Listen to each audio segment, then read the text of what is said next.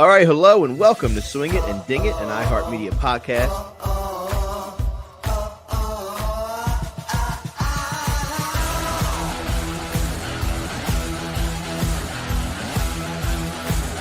Man, this is a birdie fest.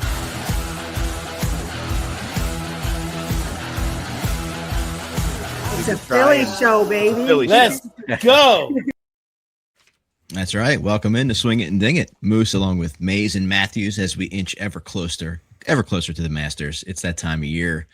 Weather is bipolar. It's not breaking. It's trying to break and it doesn't break, but we do what we can. We talked about Philly golf. We always talk about Philly golf. And our next guest, we're excited to have Shane Hafer. Make sure you follow at Hafer Golfs on Instagram. A lot of great, funny content on there. We'll get into that, but we're talking about Philly golf. We're talking about access. We're talking about getting out and playing. And what we're seeing more and more of is people want to get out and play, but people want to get out and compete now, right? And it's like, if you're not a member at a private club, or even if you are, right, you're looking for those opportunities. I think golf is the explosion of golf and the interest of it. I think it just continues to go down the path of, well, what's next? And what's next is, how do I compete? How do I continue what I did maybe in high school, played other sports, and what you're doing with the Farm League is really cool. And we're excited to talk about it, man. Welcome. Yeah, no, thanks for having me and excited to be here and talk about it. It's a cool concept. Talk to us about how that started and what it's been like. And we see the response and the success and maybe an addition of a second season, but talk about how this all came about and where we are now. Yeah. So, just for people who don't know what it is, Farm League is something that launches April 21st. So I help with the social media at Turtle Creek Golf Course, and their family owns Turtle Creek and Walt's Golf Farm. And Walt's Golf Farm is driving range, mini golf, batting cages, and a par 3 course. The par 3 course, the holes range anywhere from 57 to 121 yards. And so I live 4 minutes down the road, and before I even, worked with Turtle Creek or anything like that, I love that course, but chip and putt is awesome. And that course specifically has real greens, has real bunkers. They take good care of it. And it's a challenging course. It's not, all 50-yard holes. And my thought was, so what are the ways that you can access golf right now? So you have mini golf, you have a driving range, you have Top Golf, you have regular golf, you have a league, a weeknight league, and then you have scrambles. And I think that's kind of and then you have tournaments, like you can sign up for competitive tournaments. And I feel the way, like, as the game has grown, you're always, like you said, asking what's next, what is a new way, and simulators, that would be the newer right. Popular thing that is growing. And for me, you said it best, like, what do high school golfers, college golfers do afterwards? And my take is, I love scrambles. That's competitive. I like playing in a foursome with people that are competitive. But I think league like this, I almost treat it like intramurals in college. If you've played intramurals, I am looking at it like an event, an experience almost, that if your boyfriend or girlfriend or friend said, hey, I'm in this league, do you want to come watch? I think that's also cool, because this league, there's ice cream there. There's other things I'm working on in the background that will add to the experience. And it's just a way to, I think, have fun, but kind of be competitive. And it's a new way. And it's at night under the lights, which is cool. That is cool. Yeah, I was just going to say, under the lights is awesome, especially when you finish, collegiate sports or, whatever it is, and you're a competitive person, you're just still looking for that extra itch and to be able to do that. We'll talk about, like, the reception you've had, how many people are doing it, what the league looks like, how people can access for season 2, maybe. Yeah. So my plan going into it, and shout out to the Waltz family and Turtle Creek family. They are amazing. They're letting me run with it. They are saying, you're motivated, you're excited about it, run with it. But the start concept was, it's 9 holes, and I'm doing teams of 2 scramble format, which is also different, which is also new. And all this is actually based off Grass League in Arizona. That is how I came up with this idea, because, they're having concerts and multi-million-dollar investments there. But so teams of 2 scramble. Since it's 9 holes, the max amount of teams I wanted was 18. Just because that would fill the course. You could do shotgun, everybody starts at a hole, and it would keep things moving. I didn't realize, and also at the same point, I wanted to run smoothly. So I keep saying season 1 because I want, as much as I would love to let more teams in, I want it to be a successful, get it off the ground, make it fun, make it, work out the kinks. And then, yes, I'm hinting because I live down the road and I'm not going anywhere. Like, I have a daughter and a family here. Like, as long as Turtle Creek and the Waltz family will take me, I'm going to keep, doing expansion seasons. So I filled out the league. So it starts April 21st. There's 20 teams signed up, which part of this process is I am learning along the way. I had a Google registration form. I checked it probably every 6 to 8 hours, and I looked and I was like, oh, well, I didn't, like, you can't set it that it shuts off at 18. So I have 20, which I think actually buys me room, and I can. Yeah, you might. I mean, like, the men's league that I play in, there's extra. So if people can't make it, at least you can fill in and maybe extend it a week, and I don't know. Yeah. Yeah. So it's 6 weeks. The 6th week being playoffs. And the way I built it, and I've talked to people. I mean, I've bounced ideas off people. It's not just me, but I want people to try and make most of the weeks. It's a commitment, but at the same time, it's commitment on my part. I'm going to be there. I'm the commissioner. I'm not playing in it. I'm just going to make sure it runs smoothly. Smart. I'm not like me, who plays in the Swing It and Ding It Open and has no business playing in that tournament. But you have to. You kind of want to. Yeah. But no, so it filled out, and then that night I was like, oh, I got to create an interest form. I got to make this. I got to change the website. So now it goes to an interest form. And the next morning I had 16. I asked, like, when you sign up the interest form, do you have a teammate in mind? And 16 teams are already interested in season 2, and only 2 of them are in season 1. And I've had people from season 1 say, am I like grandfathered in if this is really cool? And there's a high demand, but it's cool. I mean, I keep saying, I look at it as like a new concept or new experience. Like, it's something fun. And I always say, for skill level, so the scramble thing is going to be interesting, because I was on the 215 Philly podcast the other week, and I said, like, and I'm curious what you guys think. Say you have 2 scratch golfers, or you have 2 golfers that shoot in the 90s. Like, what do you actually think they would shoot on a par 3 course like this scramble format? And there's no right answer, right? And it depends on the partner too. Yeah. But I said, like, I think it's cool because I think it levels the playing field a little bit. Like, if you have 2 scratch golfers playing and you have 2 golfers that shoot, mid, low 80s, you might narrow that gap, I would say, because it's best ball and it's shorter holes. So, I mean, who knows? Yeah. It's going to be experience. Well, what you're eventually going to have to do once you get second season, it sounds like this thing's going to mushroom pretty quickly. Based upon your demand for season 1, you're going to flight it with, different levels of players in certain flights. I would imagine that's probably what's going to happen pretty soon. But I can vouch for the ice cream over there. It is absolutely fantastic. I've been over there many times. It is a great spot. Tell me about the conversation. How long did it take the Walls people to say, yes, we want to get involved in this? This sounds like a great idea. What was your pitch? So I love telling this story. So how it started, I'm a nurse practitioner, and I was working I've always loved golf.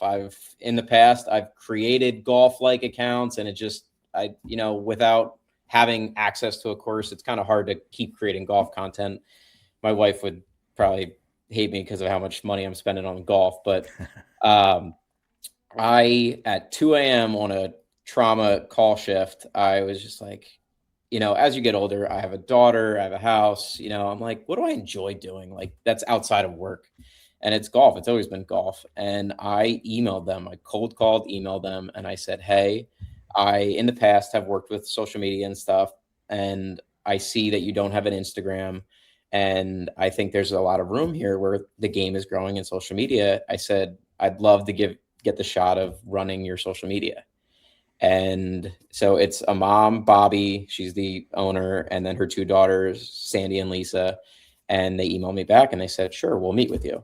And I was like, this is awesome, great. And I met with them, and I didn't sugarcoat it. I said I'm a nurse practitioner, but I'm just extremely motivated, and like I love to, try new things and work hard at things. And they took a chance on me. Like we always joke now that I've been doing it for them for almost a year. They're like, yeah, we kind of just gave him our passwords and said like, all right, like good luck. But he didn't look like a hacker. Yeah. But no, they took a chance on me, and I mean, I don't take it for granted ever. So when I started posting for them, I said, I'm spending all this time on the golf course. Why not post my own stuff as well? And through that, that's where Hafer Golfs comes in, that I've been posting some of my own stuff, and that has grown a little bit. But I've always said to them, the one thing that Bobby, the owner, said was her late husband. He's like, he would encourage anybody that is motivated and excited and eager to do something new. And I said this idea, I've had this idea for a little while, but I never had a course to, make it actually realistic. And they have truly just said, what do you need from us? And take it and run with it. And on the flip side, I mean, for me, never built a website before, learned how to build a website, never built a standings form, a registration form. I'm doing looks great. Yeah. If you need, you learn a lot when you, like, again, I'm big on you sign up for it and you kind of figure it out along the way. And that's what I told them. I'm like, and at the same time, that's why I capped it at 18 teams. Cause I'm like, let's just, as much as I want to make it bigger, let's make it succcepl first and smooth and see, how we can grow it successfully. Awesome. So, well, talk about the your side of things with the golf skits. What have you found has been the most fun? You get the most reaction from? Like, what have you learned in doing that? Because we've learned a lot just posting certain clips and seeing what does crazy numbers and what surprises us and that kind of stuff. So the thing I learned is I've been posting for 10 months pretty consistently, is your journey changes as you post more. Like in the beginning, I was posting anything and everything, and there was no like purpose towards what I was like. I was just doing challenges, I was doing trick shots, I was doing putting lessons, which I suck at putting. Like, again, I was figuring my way out, like, oh, I got to make content. And over time, like, I think I'm a pretty outgoing person, and the skits just, I think, are funny. And as you post more, you're okay being on the camera more, you're okay kind of making a fool of yourself, let's say. And the skits I just enjoy because I feel like I have a good high school group of friends that we try and golf often, and the relatableness of the skits I try and do, I like that they resonate with, me and everyday golfers. At the same time, just the quality. I mean, this podcast is the nicest podcast setup I've been on, and like you get better over time. And the coolest thing was the video I just posted about me setting the course record after 9 holes at the Turtle Creek sign. It hit 5.5 million views today. And that same video, didn't film anything different, I just sucked at editing, got 5,000 views 7 months ago. And that's like, if you look at both the videos, it's just making a title that wasn't there, making the captions look crisper. It's the same video. And that's cool though. I mean, it's cool to see how far you've come and what you learn along the way. Oh yeah. But yeah, I like the skits. Like that's kind of what I think they're fun. I think you can be unique. So that's kind of what my account is turning into. And Farm League, that's the other thing that I'm really making. I think that's unique itself. Does that have its own Instagram too? It does. It's at Farm League Golf. And okay. And I need to, I just realized like I have a long list of things, but I need to get them on TikTok and YouTube. I have to get all those handles because if this is as big as I think it could be, I need to do that tonight. It's on my list. And you're at Hafer Golfs, right? At Hafer Golfs, yeah. Are you on X too? There's a Hafer Golfs on X that I saw on Facebook. I am. Is that you? But that is a whole different story. In 2020, did a lot of cryptocurrency trading. That's what it looked like. I was looking through some of the posts, and I'm like, is this really the same guy? I'm working on transitioning that over I mean, I was still. That's a whole other story. I just see your mental list going of all the things you need to do. That's like how my brain works constantly. I lay down. I'm like, wait, did I do A, B, C? Yeah. Well, Shane, it sounds awesome. I've already been thinking that we got Jupiter Dunes down here. I'm like, how do we do like a par 3 under the lights there? I mean, we have the park in West Palm, but definitely inspiring. You're like a little local Philly Bryson DeChambeau over here. But we never let anybody leave our podcast without asking them the question. If you've listened, you already know, and you're probably already prepared, but I need to know, what is the best Philadelphia area golf course that you have played and why? The best one, I have not played any of the private ones, so I would say the best one I've played is Jeffersonville. It's just, I mean, the whole concept of, as soon as you go to especially the updated new pro shop, the pro shop there's just endless options. Like, it makes you want to spend money. Like it's cool that they don't have a driving range, but then there's simulators that they're just like, yeah, go hit some golf balls. And then the Burgess is top quality food. I've never actually eaten there when it was nice out. Like, every time I've golfed at Jeffersonville, it's either like fall in the winter or like early spring. But I imagine just sitting outside watching people finish, like on 18 with did they ever fix the slope green? I haven't played this year, but that green is sloped as can be on the last hole near the clubhouse. Oh yeah.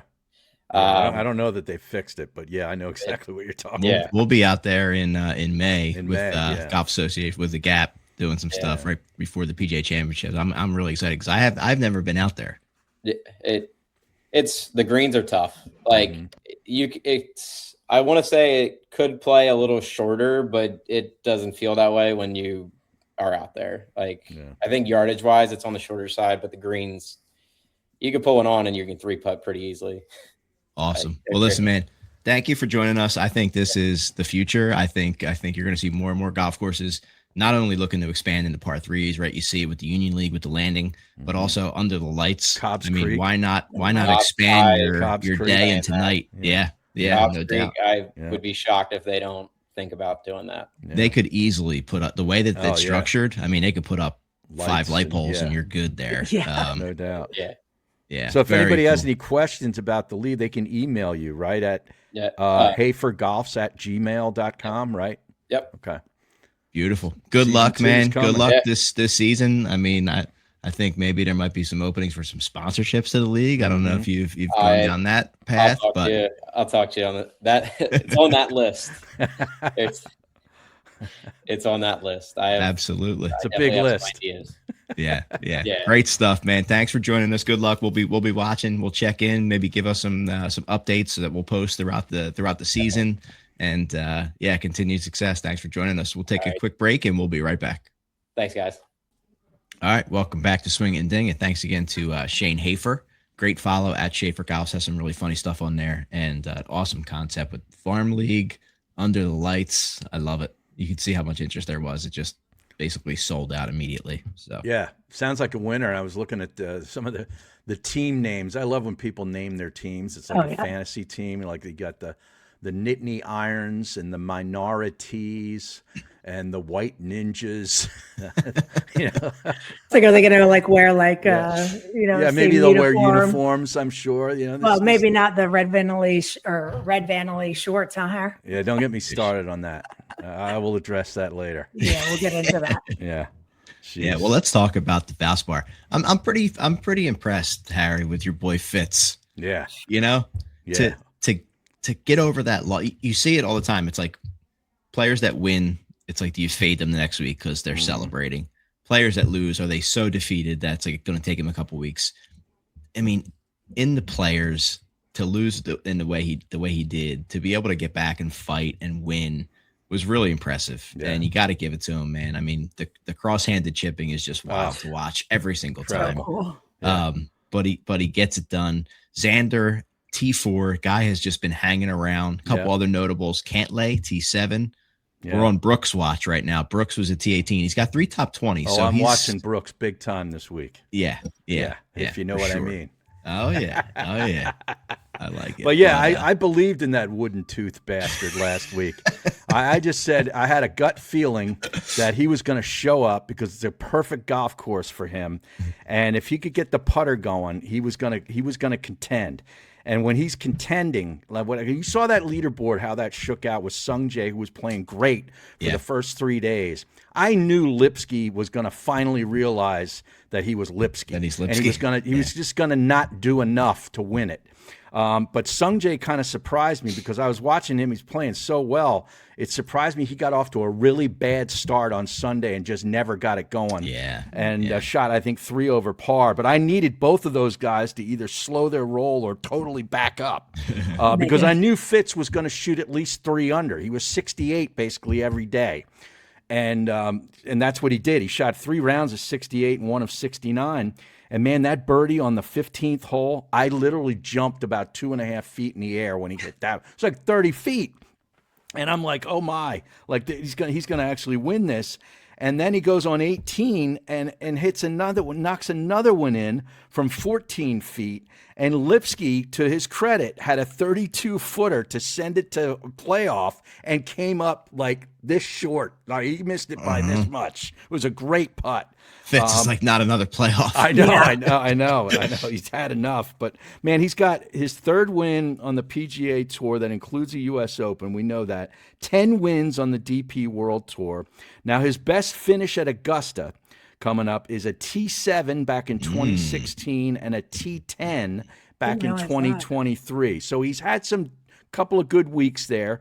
But his chipping and putting and his bunker game was spot on the weekend. It was not on Thursday and Friday. I was watching every shot on the PGA Tour Live. He was one of the featured groups. And, man, he's freaking hitting, like, pitch shots over the green, airmail and greens, and putting himself in situations where he's scrambling to make pars. And a lot of times he did. He made 1 or 2 bogeys. But, man, I'll tell you, that cross-handed chipping looks really uncomfortable. I've tried it. It's weird, but he makes it work, man. He's not alone. Like Sung Jae's tried it. Chris Stuart Goddard Sink has does tried it. Stuart Sink does it. Yeah. I think Kiss does it too. Yeah, right. But Harry, he led the field in scrambling 85%. Yeah, so he was grinding it out. Terrific. And, you know, those lies on those greens, you know, they got real kind of clumpy lies. It sort of reminds me of the grass. It looks like the grass like at my club. And you get this tufts of grass behind the ball. It's not easy lies. And, man, he was chipping his rear end off, man. Well, when we see the line with BetParx, I want to take a little advanced look at the Masters too. So we'll see where Fitzy is. But yeah, Valspar, great finish. You know, you see some guys that are trending in the right direction as we get closer to major season for sure. So Xander made a big run, man. He did. What did he shoot on? He shot 6 under on Sunday. His rounds have been pretty wild. Yeah, and that guy Jordan Smith, the Englishman, shot 5 under. He was having himself a day. It was a great tournament. Really good. I love that place. Oh, yeah. Yeah. Great spot. All right, let's spill some tea and see where this takes us because we have a couple other topics we're going to hit on as well. Let's spill some tea before we get down to Texas. Yeah. Well, speaking of Texas, we, as well as everybody else knows, that Scotty Scheffler officially withdrew on Tuesday. But I didn't like how they put due to family reasons. It's like, you know, he's expecting baby number 2. Just say it and everybody else can figure it out. So, but last time that they had a baby, Bennett in 2024, Scotty returned. He came back and he won the Masters. So, you know, everybody else. That's all it takes is a baby. Yeah. That's what they say. Yeah. Thank God Meredith's going now and not 2 weeks from now. I mean, it's a little close. You know, you try to time this thing up. I don't know what that's all about. We got to get Harry Mays a baby. That could be the difference. Oh, yeah. There you go. Remember when Vienna tried to reach to him when you were down here? And he was like, do I not? What do I do? Yeah. She wanted no parts of the guy with 4 daughters. She wanted Harry. Hilarious. Yeah, good stuff. But, you know, if he would have been wearing, let's say, a pager like Phil Mickelson long time ago, what was it, 20-some years ago at the U.S. Open? It just starts. And that pager goes up. Scotty's going to the jet and going home. He ain't finished in the tournament. No. He's family first. Oh, So, It's not like he needs money in the bank, No, but it's a Yeah. be a Yeah. third green jacket possibly. Right? Yeah. So good thing it's this week. Yeah. Tiger at TGL. So he was actually spotted at SoFi Stadium this week, playing for his team Jupiter Link. So, Harry, you watched that? Did you Yeah. see him coming out and hitting some What a sim shame. shots? Such an anticlimactic finish, right? I mean, just Yeah. now that you're starting to get into it, you're like, the crazy hammer usage that they did, but it was cool to see him. He hit that stinger, he hit that great shot, and you're like, oh, this is gonna be cool. It's gonna go to a third match, and it's gonna be fun. And then it's like, wah, wah. 2 holes later, it's over. Yeah. Yeah. I mean, LA you can't challenge. golf. You can't Playoffs. challenge Justin Rose right now. You can't mess with that guy. He's too and hot. Fleetwood too. I mean, and actually, Sahith hit a bunch of great putts. Oh yeah. He missed one early and then was like a laser beam into the hole the rest of the night. But yeah, Tiger hit maybe 3 or 4 full shots. He hit like a 3-wood early, hit a driver that would look pretty good. Just missed the green to the right.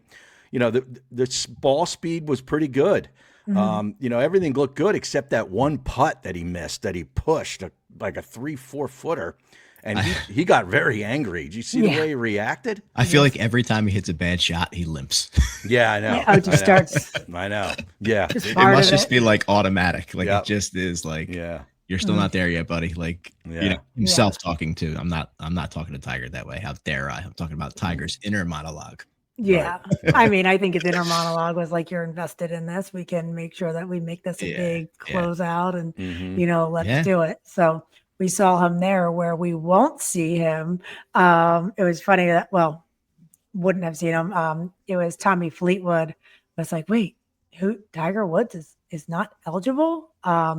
So I guess for all the majors, you need to win in the last year or in the last 5. So Tiger's 2019 Masters win has it officially timed out, obviously, for Sawgrass, which was like 3 weeks ago. But just knowing that Tiger is now not eligible for some tournaments was not only throwing the internet off, but also Tommy Fleetwood was kind of taken back by that too. He was like, "Wait, hold on, can we just let him in? Can we give him an exemption? Like, how does that happen?" So. Which tournaments are we talking about here? Because he's eligible for the Masters and the Open Championship for basically the rest of his life. For his life, but for Sawgrass, that has timed out. Okay, the player. What about the PGA? Could he play it at Aronimink if he felt good enough to do it?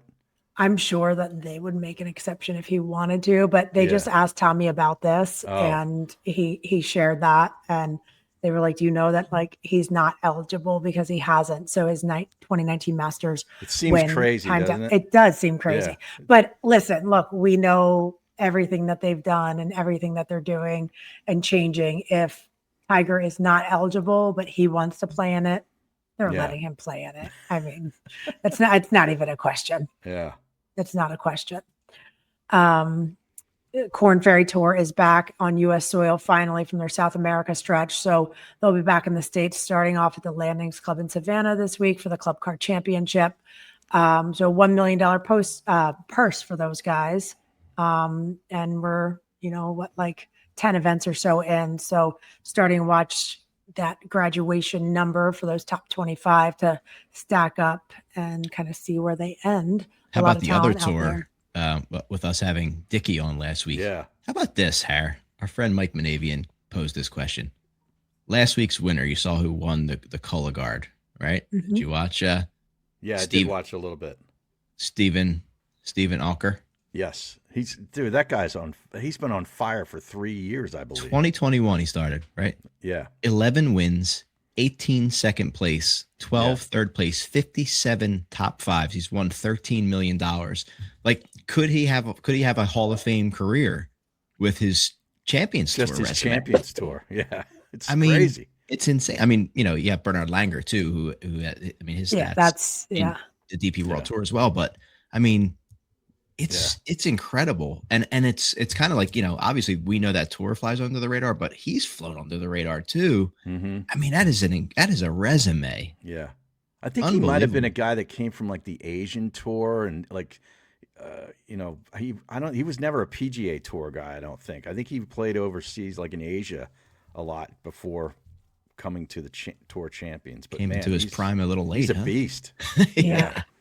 Yep. Yeah. I'm trying to pull up Alex Cheka stats too, because I know when he Mhm. first got on, he was ripping it up like crazy too. Oh yeah.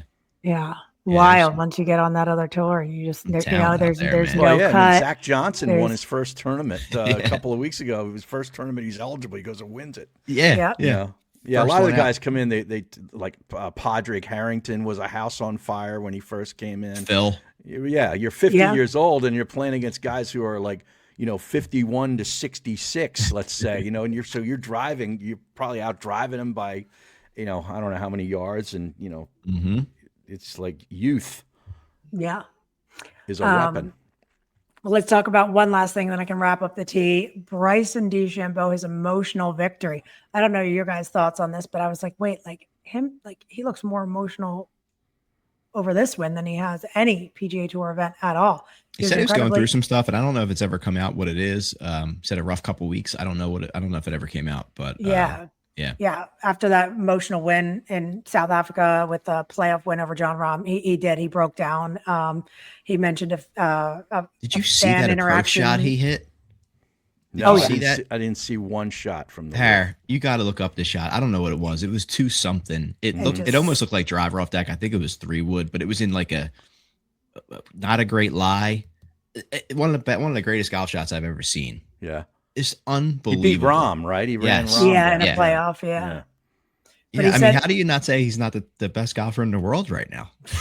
Right? Like with Scotty not being Scotty right now, this Yeah. guy's winning tournaments, beating. Yeah. I don't care what Watch the out rest for of the field Patrick is. Reed. Don't Yeah. forget about Patrick Reed. Patrick He's been a little Yeah. quiet for a couple weeks. He's just getting ready for Augusta. That's all he's Yep. doing, man. Yeah. Yeah. But he Bryson did mention a fan interaction on the 16th hole, and he said it made him cry mid-round. And then he also said that he's dedicating his career basically, and he's playing for his late father's legacy, and he's just trying to inspire the next generation. So, he's doing everything right, from the social media to He's the man. saying the right things to playing well. He's got it figured out. Awesome. All right. Well, Great stuff. I don't know that you saw this. I just sent it to the Swing It and Ding It Instagram feed, but my wife actually turned me on to this. It was from the Valspar, and you know how they have the caddies wear the bibs, and they can Looking put for a whatever wife? they can put whatever they Yeah. want on the back. Alejandro Tosti had his caddies put on "I need a wife." Yep. He's Oh, yeah. out there looking for a woman. And you should, when people were asking about it too, he's like, I'm fun, I cook, like Yeah, I do this, I play like that. golf. Like, yeah.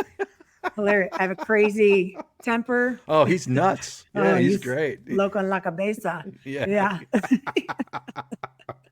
I Yeah, thought that is was- cool though. that's I do funny. like how they can put some stuff on there. I did see that. That was funny. Yeah. I offer a lot of good stuff. I love cooking. I can fly airplanes, play golf, and have fun, he says. That's Have the quote. fun. There you have it. Any more do you eligible need? women out there, just shoot them a DM. Yeah, what more do you need?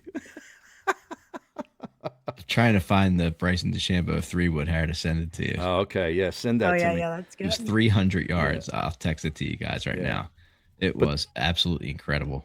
But the other thing from the Valspar, here's something I was thinking about with Fitzpatrick and Penge, Marco Penge, who a lot of people probably don't know, because I watch this DP World Tour in the mornings on Saturdays and stuff, and this guy's been killing it for like the last year. Hits Remember I it a talked about him mile. a while back. Hits it a when, mile like, and a half, this Oh, yeah. guy. I mean, but Fitzpatrick and Penge were at the top of that leaderboard over the weekend. And that could be an interesting Ryder Cup team. 2 Brits. One guy who just, bombs it, and the other guy's pretty darn good Cross-hand around the chipping it. greens. And yeah, so watch out for that. Yeah. Yeah. Well, one thing you have to watch out for these days, Harry, is the price tag on golf clothes. Oh, I think you were taken aback recently. I've just fell victim to it. What is going on Yeah. in the world of golf and the price of just regular? We're not talking about logoed apparel. We're talking Right. about shorts. yeah.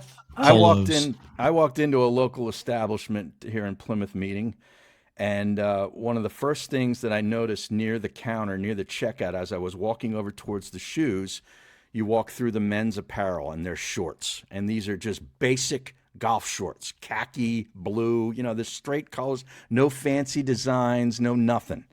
And they got a sign at the top, Red Vanley, $115. And I'm like, you got to be kidding me. $115 for a pair of shorts, like a regular basic pair of shorts. Like, I know they're supposed to be really nice and the material's supposed to be great. Yeah. And, you know, I see the annoying guy on Instagram all the time. Hey, guys, Andrew Red Vanley here. He's annoying. Like, he's kind of a weird dude.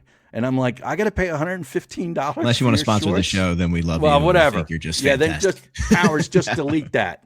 But but me, like, I like Holderness stuff. Yeah, Holderness and Bourne. They're expensive. I go on, I'm like, too. I like, you know, I'm going to buy these shorts. $115 for just a regular pair of shorts. It's out of control. It is. You guys don't even want me to get into women's. If we look at like a women's golf dress, minimum $250. Like if you don't want to wear a skirt that comes down to your kneecaps and is like, you know, $65 at Dick's Sporting Goods, and you want like something cute.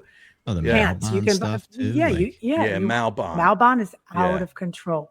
But the 4-all, like they have everything, but you can't get out the door. Even a hat that says 4, I think, is like $75. Mm-hmm. It's wild. Vineyard Vines and Lululemon, all these brands, man, are just like, they're gouging. They're gouging the golfer is what they're doing. It is crazy right now. Yeah. I mean, you know, it's one thing if you're at a shop and you're buying a logoed piece of apparel. Right. They're charging the same price without it. Exactly. Right. Like I actually like when the clubs have the logo on the shorts. Actually, I think that's really cool. Yeah. On the back, Oh, yeah. Nobody knows to navigate a pro shop better than you, Moose. You've been in some of the finest pro shops in the world, and you can tell us, like, what would my mark? A pair of shorts in like Pebble Beach, like if you go out there, what would they be? For a nicer brand, if they're logoed, you're paying $2 north. $2, but that's logoed. Yeah. Okay. But even if you're just buying them, they're going to mark them up. But actually, Pebble's not as bad at some of the other places, believe it or not. Really? Because Pebble has, I don't know if you've ever been out there to the shops. They don't have a pro shop. They have a mall of pro shops with it literally is like 6 stores in a row with different brands. So Adidas will have half a store. Polo, Ralph Lauren will have an entire store. It's insane. You're in like a pro shop and it's just one brand. Wow. It's insane. So they have to be a little bit competitive just because there's so much out there, but it's still, it hurts. Jeez. I would say the worst type of pro shop that you go in is like a Calusa Pines or MacArthur, where there's no price tags on it. And you don't want to be like, hey, excuse me, how much is this? So you just pick out like 1 or 2 items. You walk up and they're like $984. You're like, the shirt. MacArthur, you just pay it. Exactly. And same thing Calusa. You're like, okay, fine. I got this. What is it? KJS like rain jacket. And I had no idea. I was like, all right, I'll take this. I went up and, put it up there. And later Brandon's like, you like that jacket? I was like, yeah, it's fine. It's cute. He's like, yeah, it's $695 or whatever. I was like, what? $695. Like, oh, it was insane. Yeah. And then you have the whole debate where people are saying, like, I hate that people always have to have their rules. You can't do this. You can't do that. It's like, you shouldn't wear a logo of a private club. You shouldn't have a head cover. I'm like, shut up. Like, I'm sorry. If the pro shop is selling it, if they didn't want you to have it, if the members didn't want you to have it, either A, they wouldn't sell it, or B, they would have their own logo. Like Aronimik has a members logo. I love that. Pine Valley has a members logo. Yeah. If you're lucky enough to get out and play Pine Valley and you want to wear a Pine Valley polo, go ahead. If you want to have a head cover of a course, because my thought is, you want to buy a blanket, a coaster, a cup, you do what you want. You're there and you spend the money and do your thing. Because what's harder to get out to and play than Pebble Beach? That's not a private course. So is it okay to have a Pebble thing, but not a Marion because you got to play it? Like, stop with the rules. I'm just out on the capital letters hats. Yeah, that. That's got a little crazy out of I think that's run its course. Yeah. When they miss a letter in it, they keep the vowels out and they put it upside down. Yeah, we're good with that. But the other thing is like clubs. Now we all know clubs are expensive. The drivers are now $650 brand new. If you go out and get a Quantum or the TaylorMade, they're all the same price. Right. $649.99 or whatever it is. I bought a brand new TaylorMade M2 back in 2017, I want to say. It might have been the second issue of that club. I think they did 2 issues of the M2. It was a really good line for them. I had the irons and I had the driver. I paid $300 for the driver. So in 10 years, they've more than doubled in price. Well, it says it goes to like 10 years farther every year. So you should be hitting 100 yards farther Right. now with your, Right. your driver, right? Right. Yeah. According It's to the absurd. technology. Yeah, it's out of Yeah. control. I have another hot take that I want to roll out right now, if you guys would be so kind as to oblige Yes. me. Now, this might just be for me because I'm insane. I think the range is a complete, not only waste of time, but a negative experience. The driving range, like going to Yeah. hit balls on Going the to hit driving balls. range. Here's why. Okay. There's nothing that I do on that range that truly translates to the golf course. I know how to swing. I know how to hit a ball. It's execution on the golf course. It's mental. I have yet to go out and do a solid range session without leaving with something new that I'm now trying. Mm. You pick something up. You're like, oh, wow, that feels different. Let me try that. Now you're focused on this thing. I feel like if you just go out and play, you just play your game and you're worrying about the shot, where the ball's going, not how your body is moving. I'm limiting my range time. I feel like that thing just, I'm telling you, I went and had a great range session, but I'm like, now there's another move that I'm trying because I felt it different because I had endless time to hit balls out there. Wow, that's interesting. I will say that the range versus the golf course, I agree with you. The range can be a waste of time or just sort of misleading in a way because you're hitting off flat lies or you're hitting off mats, whatever the case may be. And you go out in the golf course, at least my golf course, there's a lot of every lie is crooked. There's not a really flat lie out there except on a tee box for a, you know what I mean? And so it doesn't give you like, you know, the ability to sort of get comfortable doing those types of shots. So I'd rather go out and just play around the golf. Yeah. And, you know, maybe hit two, if you're in the afternoon, nobody's around, whatever, 2-3 balls a hole from 100 yards in and work on that, you know, that kind of stuff. I agree. That's probably better for your overall game. Yeah. But it's interesting. You seem to go to a range and come up with different stuff to do. There's stuff that creeps in like, oh, that felt, wait a minute, hang on. If I do that, if I'm a little bit farther back, that feels good. Let me try this 10 times in a row. Now I'm like, I know it's me. I know I'm nuts and I stink. And I'm sure guys go out there and they take 100 of the same shots and they get locked in. My mind makes me feel different things that I want to now try. Gotcha. And now I have 6 different things that I'm trying to put into my game.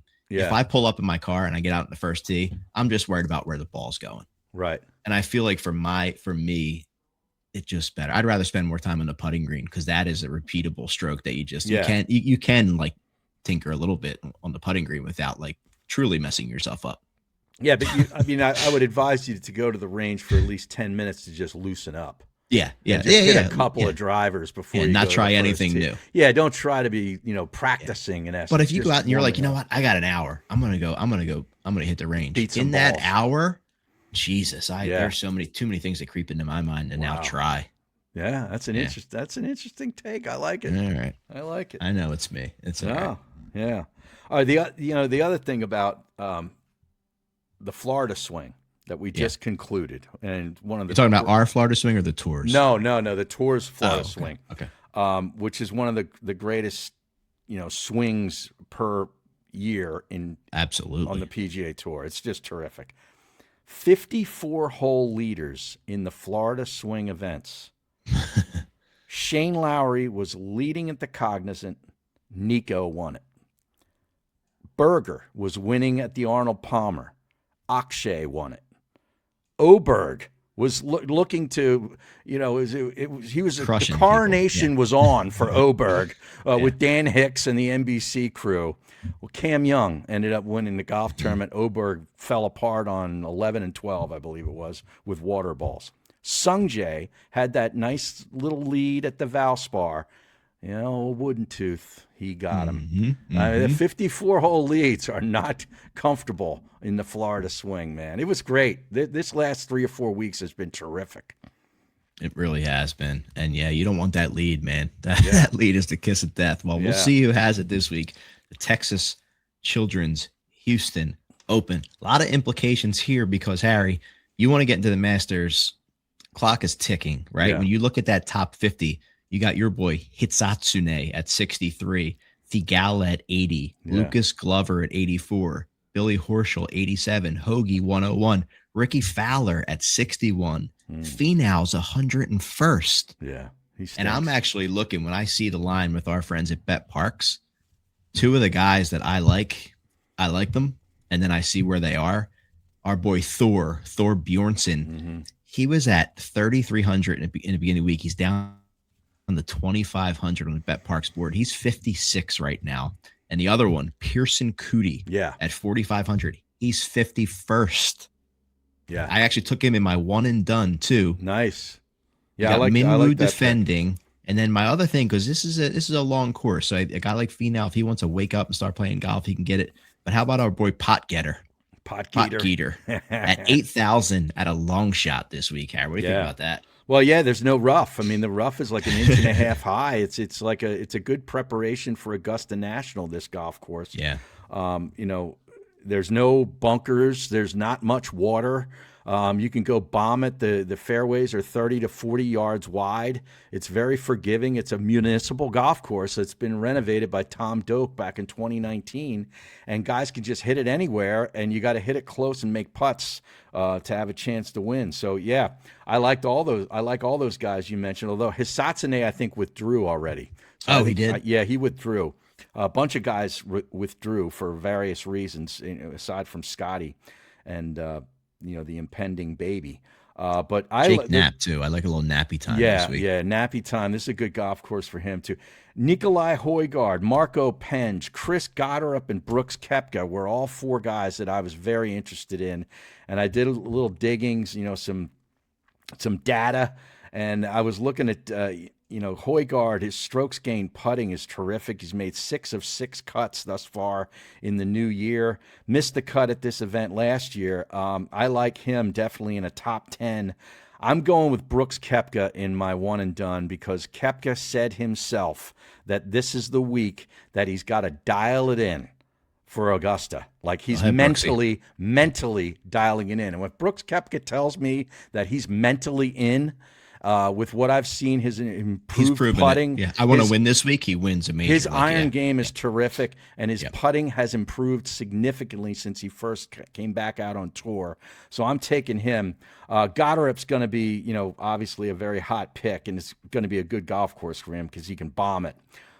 Penge, I'm looking forward to watching that guy too. This is going to be a good week, even without Scotty. Yeah, it really is. Absolutely. Yep. Looking forward to. I want to take a quick look here at the Masters. I have the BetParx board up. Yeah. Obviously, you got Scotty at 400, Rory at 900. That's pretty much the splits you see. Mm-hmm. And then right behind them is Bryson. Yeah. Bryson at 1,200, John Rahm at 1,200. And then you got Oberg, Schauffele, who always plays well, Tommy Fleetwood, Cam Young, Morikawa, and then injury now. Fitzpatrick, and then Patrick Reed. Yeah. Yeah, Reed. Oh, boy. Juicy. Plus 3,000. You got Rosie, 2,800. Koepka at 3,300. It's interesting, too. Like, it's such a, you got Spieth, who's still up there. What's he, around 4,000? Spieth at 4,000, right? With J2, Minwoo Lee, Patrick Cantlay. They're all in that same range. Mm-hmm. Robert McIntyre, I'm top 5 in him, man. He plays well in every major and every big event. But, yeah, it's interesting and I'm curious to see. I mean, Brooks has been climbing. I've been watching him. But I just have a feeling that you're going to see a live guy. Yeah. I'm taking put on Reed. The green jacket. I'm just telling you, I'm taking Reed. He's going to get number 2. I mean, I could see Bryson winning this thing, man. Yeah, I could too. I know it's not, his perfect setup for him, but he's motivated and playing incredible golf right now. Yeah. He really is. It's just a shame that not many people in the United States, at least, are seeing it. I know. I know it is. It looked pretty cool over there in South Africa. I'm not going to lie. Well, yeah, I heard that was like an Australian type of reception that they got. Yeah, and that's the thing that they're doing on that tour. They're lighting up certain markets around the world that have been underserved or not served at all. That's where they're winning by the PGA Tour, and that's really their niche. And they should lean into that. Yeah, to me. So yeah. I didn't watch any of it, but I should have. Danielle, whose computer died. she said Denny McCarthy kind of backed me up on my point where he doesn't love the range. He'd rather go out and play golf because the range messes with his head. So if it's good for Denny, Hare, might be good for your boy. Well, there's one Moose. place that Denny doesn't have to go to pre-run, and that's the putting green. That's true. And he can putt in his sleep. That guy. Yeah. So yeah, I can't. Although my putting is not bad right now. No, the greens are going to get mowed this week, so we're looking forward to that. I'll be walking. I walked 18 holes on Sunday, Moose, and carried the bag. Now, did you have to change your bag or lighten it? I did. Yeah, I changed to a lighter bag that my wife had actually bought when she went to Cabot. She got a walking bag or a bag that a caddy could easily throw over his shoulder. So I put the double strap on it, and I threw all my clubs in it. 1912's a nice walk. It's not bad. It's not bad. But for a 60-year-old guy with a pacemaker, great, it's a nice great little challenge. Yeah. So it was great. I'm going to do it tomorrow. We're going to walk, and Friday I'm going to walk. I'm going to do that. I'm just going to try to walk at least 18 to 27 holes during the week. I love walking, man. We'll do I love walking with a caddy. Yeah. I think that's the most pure form of golf. I feel like that's when I'm the most focused and I concentrate. I'm not looking at my phone all the time. You're not worried about, the speaker in the cart and your drinks and all this other stuff. Like that's when I play Philly cricket. Drink when I'm walking carrying it back. Yeah. You stop at the turn, you do your thing, and then you have a good time post round. But finally the weather. It's been insane. But getting out there a couple times, hopefully in the next couple weeks. Signed up for men's league at Legacy Club. Looking forward to that kicking off on Wednesday night. So just can't wait to get out there, man, on a consistent basis and not freezing or wind burned. Yeah. It's enough. Enough's enough, Hare. It is Enough's enough. Well, thanks again to Shane Hafer for joining us. Very cool concept he has. Make sure you check out Farm League. I think that's going to grow. And I think there's going to be more things like that. It's going to explode. No doubt about it. People are going to be putting up lights left and right. We're here for it. Thanks for listening. I know we said it, but can you imagine if Cobbs Creek put lights on that course that we played? Oh, that would be perfect setup. Yeah, perfect setup for it. Powers and I are going to be out there maybe this week, maybe next week. So nice. Suggest that to them. So awesome, good stuff. We'll be back next week. Thanks for listening. Thanks for watching. Thanks for joining us.